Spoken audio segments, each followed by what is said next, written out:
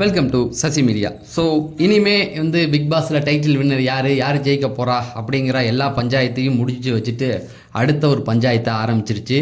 அது ஒன்றும் இல்லை, இந்த பக்கம் பார்வதி, அந்த பக்கம் திவ்யா. இவங்க 2 பேருக்குள்ளே நடக்கிற ஒரு விஷயம் வந்து இனிமே தான் ஹைலைட்டாக பேசப்பட போகுது. அது என்ன அப்படிங்கிறத முழுசாக பார்த்துடலாம். சரி, இன்றைக்கி யார் ஜெயிக்க போகிறது அப்படிங்கிறத ஆல்மோஸ்ட் கன்ஃபார்ம் ஆனாலும் அது வந்து அவங்களா சொல்கிற வரைக்கும் நம்ம சொல்லக்கூடாது அப்படிங்கிறதுல நான் தெளிவாக இருக்கேன். ஏன்னா தப்பான ஒரு விஷயம் லாஸ்ட் டைமில் என்ன வேணால் மாறலாம், அதனால் அந்த ஒரு விஷயத்தை வேண்டாம். ஸோ இன்றைக்கி கன்ஃபார்மாக பார்வதி வராங்க. விஜய் சேதுபதியே வந்து அதை ரிவீல் பண்ணியிருக்காரு.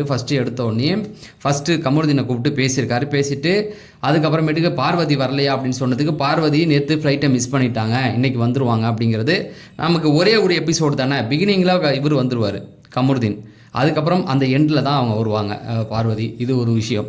அடுத்தது பார்த்திங்கன்னா நம்ம இவங்க இருக்காங்கள்ல வீட்டுக்குள்ளே, நேற்று பார்த்திங்கன்னா பார்வதிக்கும் இவங்களுக்கும் வந்து தேங்க்ஸ் சொல்லியிருப்பாங்க.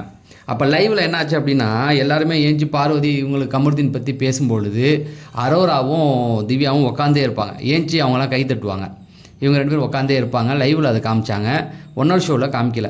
எதுக்கு இதை சொல்கிறேன்னா, அவங்க 2 பேருமே தெளிவாக இருக்காங்க. பார்வதியை இனிமேல் மன்னிக்கவே முடியாது, தனக்கான எதிரி அப்படின்ற மாதிரி. இப்போ என்னென்னா, அவங்க வெளியில் வரும்பொழுது உள்ளே பார்வதி உட்காந்துருக்க போகிறாங்க. அதான உண்மை. அவங்க 2 பேரும் வீட்டுக்குள்ளேருந்து வெளியில் வருவாங்கள்ல, அப்போ செட்டுக்குள்ளே பார்வதி இருக்க போகிறாங்க. அவங்களுடைய ரியாக்ஷன் எப்படி இருக்கும், அரோராவுடைய ரியாக்ஷன் எப்படி இருக்கும், திவ்யாவுடைய ரியாக்ஷன் எப்படி இருக்கும்? டேய், உங்களுக்கு ரெட் கார்டு கொடுத்து அனுப்பியாச்சு, எதுக்குடா உள்ளே வந்திருக்கீங்கன்ற ஒரு ஷாக்கிங் மூமெண்ட் இருக்கும்ல, கண்டிப்பாக இருக்கும். முக்கியமாக வந்து அரோரா வந்து இதை பற்றி பேசிக்கிட்டே இருந்தாங்க.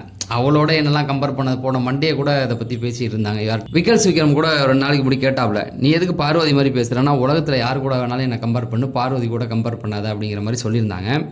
என்னென்னா அவங்களுக்கும் பார்வதிக்கும் என்ன மாதிரியே நடக்க போகுது. கண்டிப்பாக வந்து எபிசோடு முடிஞ்சதுக்கப்புறம் எல்லாருமே உட்காந்து ஒரு பேசுவாங்க, ஜாலியாக ஆட்டம்லாம் போடுவாங்க. விடிய விடிய ஆட்டம் பாட்டம் கொண்டாட்டம் இருக்கும். காலையில் தான் எல்லாம் வீட்டுக்கு கிளம்புவாங்க. ஸோ நைட்டே வந்து வேறு லெவல் சம்பவம்லாம் இன்றைக்கி இருக்க போகுது. அது நாளையிலேருந்தே தொடர்ந்துடும், இன்றைக்கி நைட்லேருந்தே தொடர்ந்து போகும். அது ஒன்று. அரோரா எப்படி அவங்கள ஃபேஸ் பண்ண போகிறாங்க அப்படிங்கிற ஒன்று இருக்குது. அதுக்கப்புறமேட்டுக்கு திவ்யா, சாண்ட்ராவை பொறுத்த வரைக்கும் பார்த்தீங்கன்னா சாண்ட்ரா அப்பயே சரண்டர் ஆகிட்டாங்க. பிரஜின் வந்து எல்லார் கூடயும் இருக்கிற அந்த சண்டையை அப்படி நிறுத்தி வச்சுட்டு எல்லார் கூடயும் சமாதானம் ஆக்கிற முயற்சியில் வந்துட்டார். அதை பார்த்துருப்பீங்க. ஏன்னா அது தேவையில்லாத பிரச்சனைகள் வந்துடக்கூடாது அப்படிங்கிறதுல ரொம்ப தெளிவாக இருந்தார் அவர். ஏன்னா அவர் நடிக்க போகிறாரு, திரும்ப அதை வச்சு எதுவும் பேசக்கூடாது. சாண்ட்ராவை பொறுத்த வரைக்கும் பார்வதி எப்படி ஹேண்டில் பண்ணால் அவங்களுக்கு தெரியும். தேவையானால் சுவிட்ச் ஆன் பண்ணிக்குவாங்க, தேவையில்லைன்னா சுவிட்ச் ஆஃப் பண்ணுவாங்க. நீங்கள் வீட்டுக்குள்ளேயே பார்த்தீங்கன்னா சில நாள் திடீர்னு ஒதுங்கி போயிடுவாங்க, தேவைப்பட்டால் கூப்பிட்டுக்குவாங்க. அதனால் பார்வதி கூட ஈஸியாக ஜெல்லாகிடுவாங்க. ஆனால் திவ்யா பொறுத்த வரைக்கும் கடைசியாக ஒரு வார்த்தை சொல்லி அனுப்புகிறாங்கல்ல கமருதீன்ட்ட, முடிஞ்சால் இதெல்லாம் வெளியில் வச்சுக்காத, கட் பண்ணி விட்டுருன்னு. அதெல்லாம் பார்த்துட்டு காண்டில் இருக்காங்க. ஃபாலோவர்ஸே ஓரளவுக்கு முட்டல் முதல் தான் இருக்காங்க. வீட்டுக்குள்ளே இல்லாதனால தான் திவ்யா பார்வதி சண்டை இல்லாமல் இருந்தது, வெளியில் வந்து தேவையில்லாமல் அப்படியே ஓடிக்கிட்டு இருந்தது.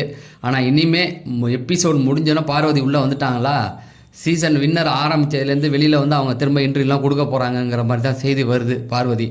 அதனால் பார்வதியை பொறுத்த வரைக்கும் பெரிய எதிரிலாம் அங்கே வீட்டுக்குள்ளே யாருமே கிடையாது. மெயினாக இவங்களை பார்த்தீங்கன்னா சபரியெல்லாம் ஆல்மோஸ்ட் வந்து இதாக ஆகிட்டார், ஃப்ரெண்டு தான், அப்பயிலேருந்தே ஃப்ரெண்டு தான்.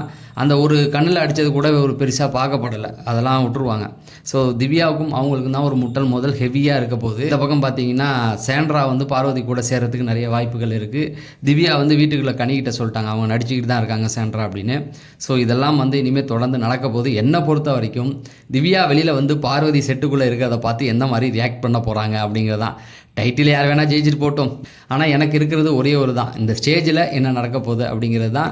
அடுத்து வின்னர் பற்றின அப்டேட்லாம் வந்து ஆல்மோஸ்ட் கன்ஃபார்ம் ஆகிடுச்சு. அதை நான் சொன்னேன்னா ஒரு தரப்பு ஆடியன்ஸ் கஷ்டப்படுவீங்க, அது தேவையில்லை அப்படிங்கிறதுக்காக தான் அதை ஹோல்ட் பண்ணி வச்சுருக்கேன்.